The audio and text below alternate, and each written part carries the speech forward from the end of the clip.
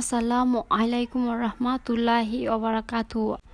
আজকে রান্না নিয়ে নয়, আজ এসেছি সব বন্ধুরা মিলে মজা করে বনভোজন করেছি, তার কিছু অংশ আপনাদের সাথে শেয়ার করলাম।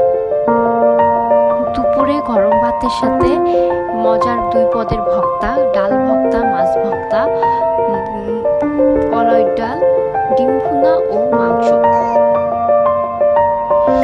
আমাদের পাকশিল্প চ্যানেলটিকে সাবস্ক্রাইব, লাইক ও কমেন্ট করে আমাদের সাথে থাকুন।